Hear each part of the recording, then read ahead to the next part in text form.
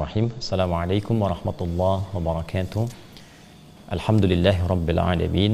Wassalatu wassalamu ala nabiyyina wa sayyidina Muhammadin wa ala alihi wa sahbihi wa dhurriyyatihi wa ummatihi ila yaumiddin wa ba'd.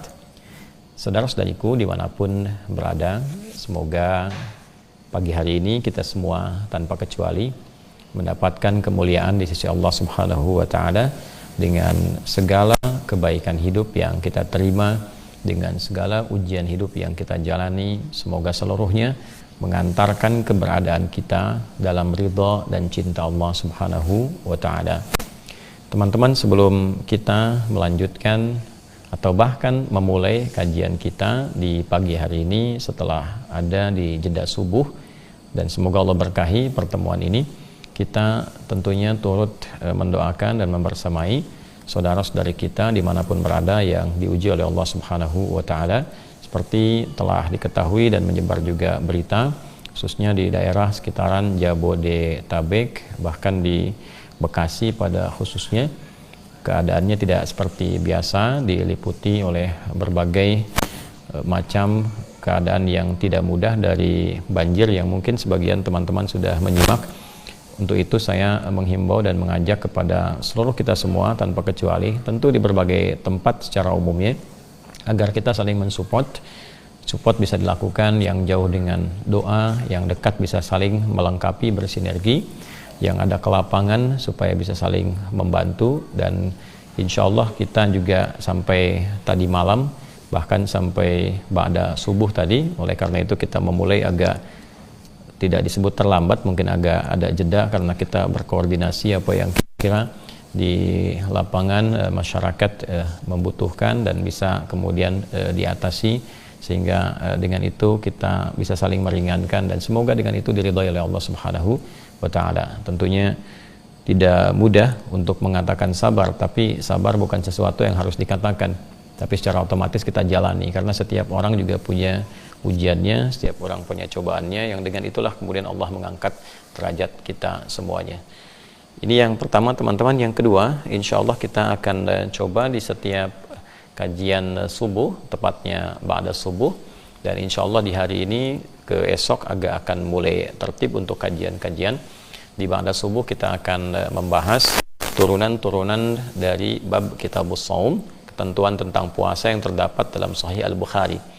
Jadi di Sahih Al-Bukhari ada 97 topik. Di topik ke-30, yaitu topik tentang puasa, Kitabus Shaum, ada 69 subtopik. Jadi satu topik itu ada 69 sub.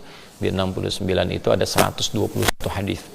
Nah, dikumpulkan oleh Imam Al-Bukhari 121 hadis ini berdasarkan subtopik-subtopik yang ditunjukkan oleh Nabi sallallahu alaihi wasallam terkait dengan kegiatan Ramadan, baik secara personal, kemudian kehidupan di keluarga, komunal, atau kehidupan sosial, amalan-amalan apa saja, lengkap sebagai panduan Ramadan. Jadi kalau kita bisa selesaikan itu, dibaca pelan-pelan sesuai dengan topiknya, insya Allah akan lebih membantu kita dalam menunaikan puasa secara baik, setidaknya mendekati kepada apa yang Nabi sallallahu alaihi wasallam contohkan. Teman-teman, setelah kita memuji Allah, bersalawat pada Rasulullah SAW, dan mendoakan teman-teman kita biasakan itu dimanapun berada, sesuai dengan ujiannya. Semoga yang sakit disembuhkan oleh Allah, semoga yang sedang ada kesulitan dimudahkan oleh Allah, semoga yang ada hajat sepanjang baik dunia akhirat dikabulkan oleh Allah, dan semoga kita dijadikan sebagai umat yang bersaudara dalam kebaikan sampai kembali pada Allah Subhanahu wa ta'ala. Bismillahirrahmanirrahim. Untuk hari ini kita akan mempelajari topik tentang perkara yang dapat menghancurkan amalan puasa. Yang dimaksudkan kalau kita sebutkan puasa berarti amalan siang, baik ya, karena nanti Ramadan itu satu paket, ada amalan siang, ada amalan malam. Nah, di siangnya adalah puasa yang kita lakukan dari mulai terbit fajar sampai dengan terbenam matahari. Itu ada ketentuan-ketentuan, ada perintah, ada larangan. Nanti ada paket malam. Di malam pun nanti ada ibadah-ibadah paket malam yang dicontohkan bahkan secara langsung oleh Nabi Sallallahu Alaihi Wasallam. Ya, baik itu nanti sholat misalnya, ada tarawih dan turunan-turunannya, ada bacaan Al-Quran dan turunan-turunannya. Saya sebut turunan itu nanti karena ada klasifikasi yang sifatnya meningkat. Ya, misalnya membaca qiraah, nanti ada khataman istilah kita, kemudian ada tilawah, pengkajian, ya, dikaji, ada hafalan, hifadz. Nah, itu nanti kita coba programkan dengan baik, ya, mumpung sekarang masih ada di hari-hari awal gitu kan, masuk di hari yang kelima, kita optimalkan sehingga masih ada ke depan kita bisa tata. Nah, dengan ini mudah-mudahan pengetahuan itu didapatkan lebih baik sehingga bisa lebih teratur. Kalau siang kita tahu kalau puasa itu harus bagaimana. Selain menahan lapar, menahan haus, menahan hasrat seksual, apa yang harus dilakukan untuk mengisi itu? Ya, dan apa yang harus kita hindari? Jangan-jangan nanti terasanya seperti puasa, tapi sesungguhnya pahalanya sudah hancur. Ya, tidak tersisa kebaikan-kebaikannya di sisi Allah Subhanahu wa taala. Untuk itu kita pelajari beberapa hadis Nabi sallallahu alaihi wasallam yang mengingatkan kita tentang beberapa perkara, beberapa hal, persoalan yang berpotensi bukan hanya merusak tapi menghancurkan. Kalau merusak tuh sedikit-sedikit, ya, nah, rusak pahalanya gitu, tapi kalau menghancurkan tuh habis semua seketika. Jadi rasanya cuma menahan lapar, menahan haus, tapi tidak ada nilai di sisi Allah Subhanahu wa taala. Nauzubillahi min dzalik. Bismillahirrahmanirrahim. Ini subtopik yang ke-8 ya. Seperti saya sampaikan tadi, topik ke-30. Kalau yang di kitab kami topik 30 itu halaman 280. Nanti ada subtopiknya sekarang yang ke-8, ya, tentang perkara-perkara yang menghancurkan pahala dari puasa Ramadan, dan hadisnya nomor 1903, ya, dan seterusnya. Nanti kita ambil kalau tidak satu hadis atau dua hadis sesuai dengan kecukupan waktu kita yang ada saat ini. Kita ambil kurang lebih hanya kajian 30 menit supaya lebih efektif, dan sudah terlewat beberapa menit. Untuk itu kita fokus pada inti bahasan kita. Bismillahirrahmanirrahim. Babu man lam yada' qaula az-zuri wal 'amala bihi fi shaum. Subtopik tentang orang yang tak mampu meninggalkan kata-kata yang tak pantas, kata-kata yang kotor, kata-kata yang merusak, dan mengerjakan itu di saat puasa. Nah, jadi ini babnya mulai di lisan, ya. Jadi nanti kan ada yang dari pikiran ke mata, ke telinga, ke lisan sampai ke ujung kaki. Nah, ini ada perkara yang bila seseorang mengerjakan itu dan dia mengklaim dirinya sedang puasa, dan bab ini masuk pada larangan, dikerjakan oleh lisannya, maka ini mesti hati-hati. Ada konsekuensi terhadap puasa yang ia kerjakan.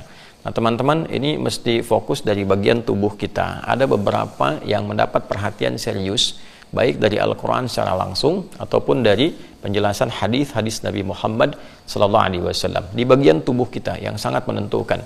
Jadi kalau itu baik, kesannya akan baik ke semua tubuh. Tapi kalau itu tidak baik, kesannya pun akan rusak ke seluruh bagian tubuh. Dan di antara hal terpenting bagian tubuh kita yang menjadi juru bicara, ya, yang menjadi juru tutur dari semua keadaan hati, pikiran kita, yang diekspresikan, yang dikeluarkan berupa harapan-harapan, itu lisan. Ya, itu apa? Lisan. Nanti selain lisan ada banyak hal lagi. Nanti lisan bisa diwakili dengan tangan. Karena itu nanti di surat Yasin juga diberikan gambaran bagaimana di akhirat tangan bicara. Ya, sekarang di dunia ditunjukkan oleh Allah bagaimana tangan kadang mewakili lisan. Ya, orangnya nggak bicara tapi dia bikin ketikan, bikin status, bikin tulisan, dan seterusnya, kan? Al-yauma nakhtimu ala afwahihim wa tukallimuna aydihim. Pada hari ini, di hari kiamat kelak, lisannya dikunci, tangannya yang bicara, ya kan? Nah, ini diberikan gambaran bahwa ada bagian tubuh-tubuh kita itu, ya, yang melekat pada diri kita. Ini kan bagian luar, karakter kinerja. Jadi kalau hati membawa karakter spiritual dan moral, ini di akal membawa karakter intelektual, ini membawa karakter kinerja. Jadi semua bagian yang ada di hati diungkapkan, dikerjakan oleh semua bagian tubuh. Nah, di antara yang harus dijaga, dimanage, dikendalikan, diarahkan pada yang baik, itu ini, di lisan.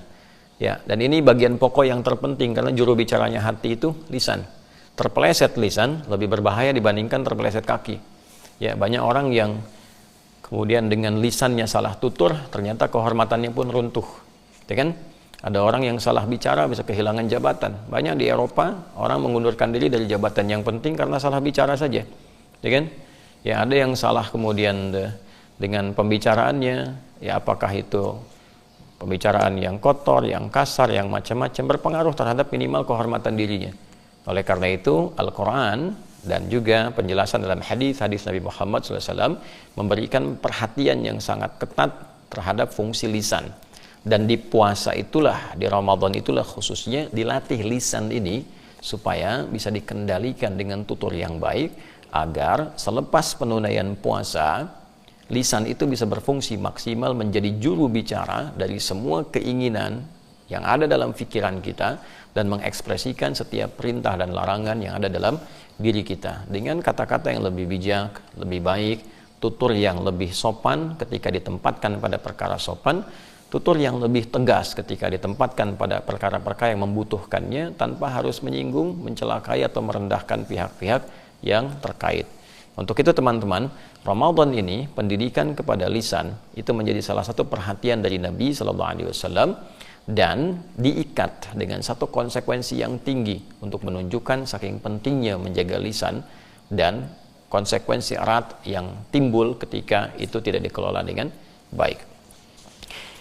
Bismillahirrahmanirrahim. Qala al-Imam al-Bukhari rahimahullahu taala, Imam Al-Bukhari pernah menyampaikan, kita lihat, haddatsana Adam ibnu Abi Iyas, haddatsana ibnu Abi Dhi'b, haddatsana Sa'id al-Maqbari an abihi an Abi Hurairah radhiyallahu taala anhu. Saya pernah menyampaikan bahwa di dalam Islam, alhamdulillah, seluruh informasi, ajaran, doktrin yang terkait dengan bimbingan keagamaan, bahkan keyakinan akidah dalam bertuhan, kemudian ibadah dalam mempraktekkan akidah itu, dan muamalah sebagai implementasi dalam ibadah itu, dalam konteks kehidupan sosial, akhlak sebagai penghiasnya, itu semua punya dasar-dasar referensi yang sangat ketat, yang bahkan tersambung kepada penutur asalnya. Kita bisa teliti. Nah, ini diantara hal yang menunjukkan kebenaran ajaran Islam dan sangat terbuka untuk digali, untuk diteliti, sehingga bisa ditemukan bagaimana keindahan, keketatan, dan keterperincian ajaran yang dimaksudkan. Kita sudah bahas dalam keterangan yang lain, sehingga bisa kita langsung praktekkan di sini. Imam Al-Bukhari menerima informasi hadis ini karena beliau tidak berjumpa dengan Nabi, harus dilacak dari siapa menerima informasi ini.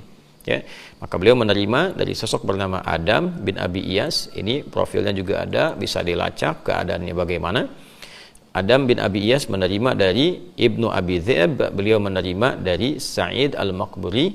Sa'id al-Maqburi menerima dari bapaknya menerima dari sahabat Abu Hurairah radhiyallahu taala anhu, ya, Abdurrahman bin Sahr nama aslinya, radhiyallahu taala anhu. Nah, beliau menerima informasi ini dari Nabi sallallahu alaihi wasallam. Jadi itu jalur yang disebut dengan sanad, runtutan periwayat sampai ke Rasulullah sallallahu alaihi wasallam. Apa yang disampaikan oleh beliau sallallahu alaihi wasallam? Beliau bersabda, "Man lam yada' qaulaz zur." Ya kan? Siapapun yang tidak berupaya meninggalkan kata-kata yang kotor. Ya. Qaulaz zur itu kata-kata yang tak pantas untuk diucapkan, ya, bisa mengandung beberapa makna. Bisa yang sifatnya menyakiti, bisa yang sifatnya merendahkan kehormatan, ya, bisa yang sifatnya kotor dalam arti jorok, ya. Misal kata-kata yang menyakiti, keluar kata-kata yang memang bukan hanya tidak pantas, ya, tapi membuat orang lain sakit dengan kata-kata itu, ya, menghardik tanpa ada satu hal yang jelas, ya, dasar-dasar yang dibenarkan, ya, keluar cacian, keluar makian, ya, maka dari itu nanti ada beberapa hadis-hadis yang menyertai ini, fa in syatamahu aw qatalahu, gitu kan, apabila ada yang mencela, menghina, menghardik, mengajak berselisih, memerangi, ya, dan itu bab-bab yang terkait dengan qaulaz zur, kata-kata yang memang tidak pantas untuk diucapkan. Jadi Nabi ingin melatih kita, menunjukkan keindahan ajaran Islam, bahwa Islam itu jauh dari kata-kata yang merendahkan. Islam itu jauh dari kata-kata hardikan. Ya, Islam itu jauh dari kekasaran. Jadi orang masuk Islam itu pasti muncul hal-hal yang positif, yang baik. Kata-katanya terukur. Ya, jadi kalaupun harus keluar satu hal yang keras, sifatnya bukan keras, tapi ada ketegasan yang terukur. Ya, tidak disertai dengan sesuatu yang merendahkan, kan? Sesuatu yang menghinakan misalnya. Jadi poinnya bisa memanage lisan ini dengan baik, ya bisa diarahkan kepada hal-hal yang positif, sehingga saat puasa itu menjadi perhatian yang sangat utama. Sekali lagi, karena lisan ini juru bicaranya hati dan pikiran. Keliru mengungkapkan ini, runtuh kehormatan. Kalau bukan kehormatan pribadi, kehormatan orang lain. Sedangkan hak kehormatan bagi setiap hamba itu sangat dijaga oleh Allah Subhanahu wa ta'ala. Untuk itulah kemudian muncul berbagai keharaman-keharaman untuk menjaga kehormatan. Makanya hukumnya haram. Dari kata hurmah, sesuatu yang terhormat. Ya, kenapa diharamkan? Ya, supaya menjaga kehormatan hamba. Kenapa dilarang mencela? Sebab ketika mencela, runtuh kehormatannya. Kenapa dilarang menghina? Ketika menghina, ya runtuh kehormatan. Jadi, hukum haram itu diturunkan supaya tidak hilang kehormatan. Demikian ujung kepala sampai ujung kaki.